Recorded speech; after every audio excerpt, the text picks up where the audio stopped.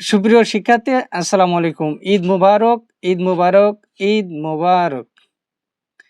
আজ আমরা ভাগ অঙ্কের জন্য নতুন একটি ট্রিক্স নিয়ে আজ পবিত্র ঈদের দিন হাজির হলাম।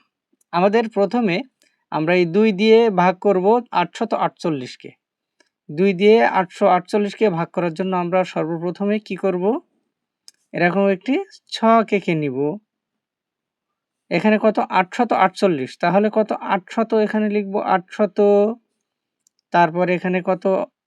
4 এ 8, তার মানে 4 10 40, এবং সবশেষে কত? 8। তার মানে 848কে আমরা 3টা অংশে ভাগ করেছি। কত? 840 আর 8, তাই তো?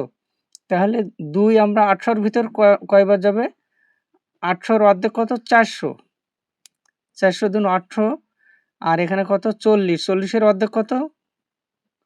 আর 2 8-এর অর্ধেক কত? 4। তার মানে প্রত্যেকটার 2 ভাগ করব। 800-র 2 ভাগ করলে 400, 40-এর 2 ভাগ করলে 20, 8-এর 2 ভাগ করলে 4।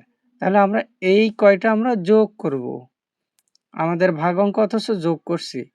4 4 করতে 4, 2 এখানে 2, আর এখানে 4, 424।